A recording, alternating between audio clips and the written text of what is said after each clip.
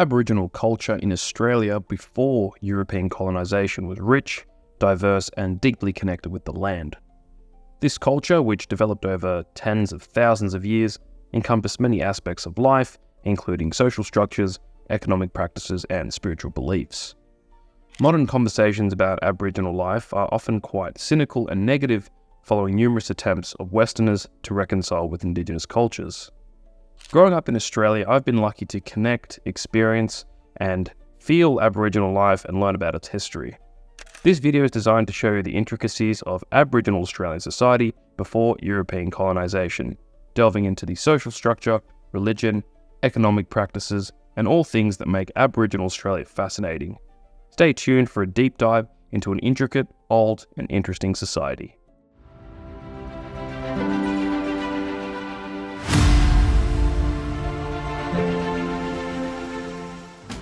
The Indigenous inhabitants of Australia, known as Aboriginal Australians, arrived on the continent approximately 50,000 to 65,000 years ago. The ancestors of Aboriginal Australians originally came from Asia, likely via Southeast Asia. During this period, sea levels were much lower, exposing more land and creating shorter distances between islands. Even with the lower sea levels, the early inhabitants were obliged to cross water. Early humans used watercraft to make sea voyages, being some of the most earliest confirmed seafaring in the world.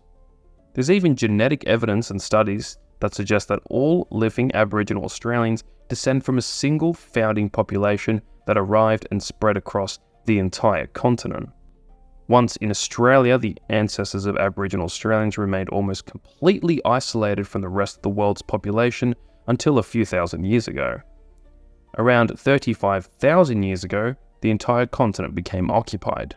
For that reason, Aboriginal Australians had no contact with industrialised societies and remained living as hunter-gatherers until British settlement in 1788.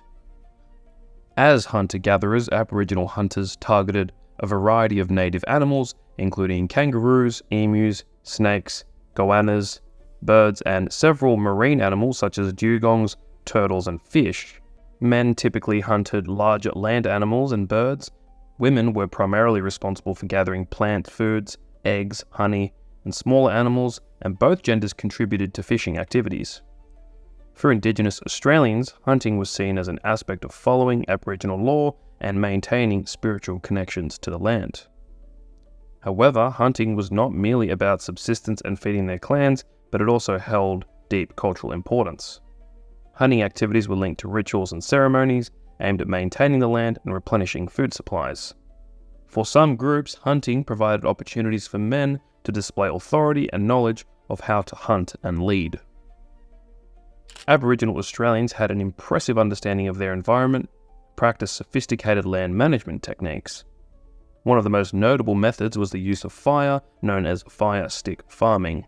Fire stick farming was designed to manage vegetation, promote the growth of new certain plant species, and facilitate hunting. It involved setting controlled, low-intensity fires during the cooler dry season. These fires are typically smaller spot fires that were more controlled and designed to facilitate hunting by flushing out animals from the bush so then they could be easily targeted. Fire stick farming also helped change the composition of plant and animal species in a particular area, while also helping control weeds and reduce bushfire hazards. Interestingly enough, European settlers brought a fear of fire into Australia and prohibited fire stick farming practices, leading to changes in the ecosystem and contributing to the risk of large-scale bushfires. Even in modern-day Australia, this approach is used by the Australian Fire Brigade to regulate fire hazards. Let's have a look at how Aboriginal Australians organised their society. The Indigenous Australians formed clans, which are culturally distinct groups that are generally associated with a particular area of land or country. Clans are often based on family ties and shared cultural practices, and multiple clans may comprise of a larger group known as a nation. Aboriginal Australians were organised into hundreds of different clans and nations, each with its own language, laws and traditions. These groups were often semi-nomadic, moving within their territories to follow seasonal food sources. In some regions, more permanent or semi-permanent villages were established, particularly where resources were abundant. For example, the Butch Bim area in Victoria is known for its sophisticated aquaculture systems and relatively large settlements. A popular political debate is whether Aboriginal clans went to war with each other, and yes, they did. This argument is often raised in modern political discussions to justify European colonisation. The argument goes along the lines of, well, Aboriginal Australians went to war with each other, so that means European colonisation is justified. The reality is that there is archaeological evidence, such as cave paintings depicting battles and the discovery of wooden shields, that supports the idea that there were intertribal conflicts. It is important to note that traditional Aboriginal warfare was ongoing and common, with rivalries maintained over extended periods. However, it was not aimed at conquering territory, but rather at asserting superiority over neighbouring groups. Aboriginal Australians also formed a concept of kinship to organise their society. These systems dictated marriage rules, responsibilities, and social interactions. Aboriginal kinship extends beyond the nuclear family to include a wide network of relatives, including aunts, uncles, cousins, and grandparents. In Aboriginal kinship, this means that same-sex siblings are considered equivalent. For example, two brothers are considered the father to a child, meaning that a person may have multiple mothers, fathers, brothers, and sisters beyond their biological relatives. This is why Aboriginal Australians will say that they have many uncles and aunties, which is very different to Western understandings of biological aunties and uncles. This extended family plays a crucial role in childbearing responsibilities, and annual gatherings such as corroborees were significant events where different groups would come together, trade, arrange marriages, and perform ceremonies which would reinforce social and cultural bonds.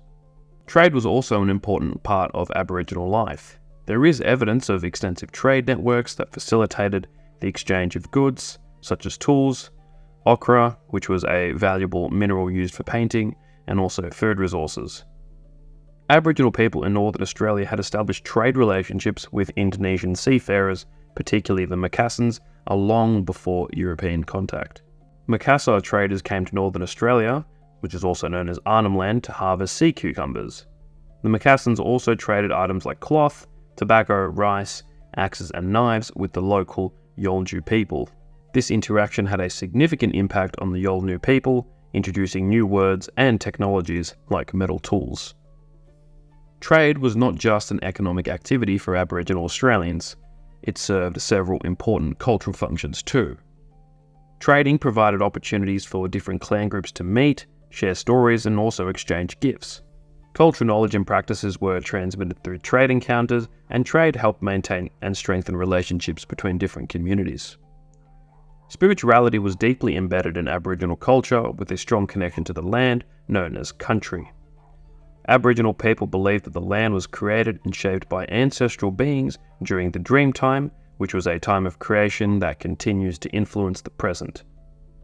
Dreaming is not just confined to the past, it's a continuous process that influences the present and the future.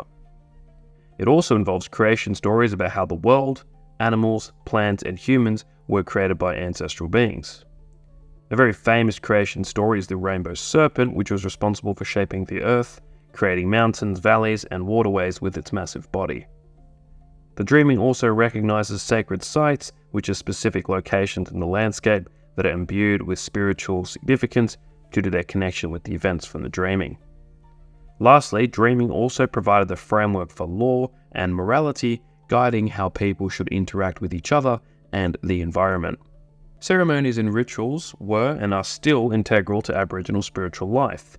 These include initiation rites, which mark the transition from childhood to adulthood, and various other ceremonies that celebrated seasonal changes and successful hunts.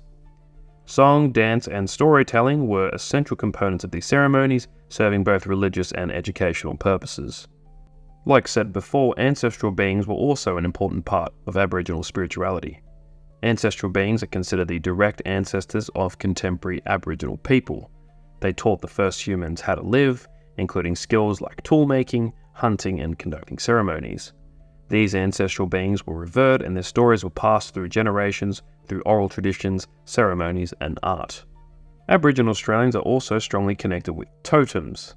Totems are natural objects, plants, or animals that are inherited by members of a clan as their spiritual emblem. They're believed to be the descendants of the heroes from Dreamtime stories, carrying significant spiritual meaning and connecting individuals to their cultural lineage. Totems can include a wide range of natural elements such as animals like kangaroos, emus and koalas, and also things like plants. Each person has multiple totems, including those inherited from their nation, clan, and family group. Totems play a crucial role in the Aboriginal kinship system, which is one of the most complex in the world. Totems help define an individual's place within their family and community, fostering a sense of belonging and mutual responsibility. For example, if someone's totem is the kangaroo, they have a responsibility to ensure that the kangaroo's habitat is preserved and the species is not overhunted. The land is central to Aboriginal spirituality. It's not just a physical space, but a living entity with spiritual significance. The land is vital for Indigenous Australians because it contains locations where significant events from the dreaming occurred. These sites are often marked by natural features like rocks, waterholes, or trees, and are places of pilgrimage and ceremony. According to Anangu beliefs, Uluru was created at the beginning of time during the dream time by ancestral spirits. The rock, features, caves, and fissures are believed to have been formed by the actions of these ancestral beings. Aboriginal people also see themselves as custodians of the land, with responsibilities to care for and maintain it according to the laws established in the dreaming. Aboriginal Australians also hold the belief that elements of the natural world are interconnected and that humans are all a part of this integral web of life. Aboriginal spirituality is not the same for all clans and all nations. It varies significantly across different regions and language groups. Each group has its own unique set of beliefs, gods, and sacred sites. For example, in the northern Kimberley region, the Wandija spirits are associated with rain and lawmaking, and in the Victoria district, the Lightning Brothers are significant ancestral beings connected to the weather. Aboriginal communities had their own set of laws and practices that also governed their social behaviour. These laws were unwritten but were well understood within the community, focusing on restoration and maintaining harmony rather than punishment. Elders played a crucial role in enforcing these laws. They were respected figures who mediated disputes, determined appropriate sanctions, and facilitated reconciliation. Their decisions were based on a deep understanding of the community's values and relationships. Art was the last vital part of Aboriginal culture, serving as a medium for storytelling, spiritual expression, and communication. Rock paintings, carvings, and body art depicted ancestral stories, totems, and significant events. These artworks were not only aesthetically significant, but also held deep spiritual meaning. Aboriginal art is a form of visual storytelling that conveys important cultural narratives, spiritual beliefs, and knowledge about the land. It serves as a way to share and document the dreaming stories, which are central to Aboriginal spirituality and explaining the world of creation. Before European contact and colonisation, Aboriginal culture in Australia was characterised by its deep connection to the land, complex social structures, sustainable economic practices, rich spiritual life, and artistic expressions. This culture, developed over tens of thousands of years, was dynamic and adapted to changing environments and challenges faced by Aboriginal people. Thank you for watching this video. I hope you enjoyed it. If you did, consider subscribing and liking the video for more content like this.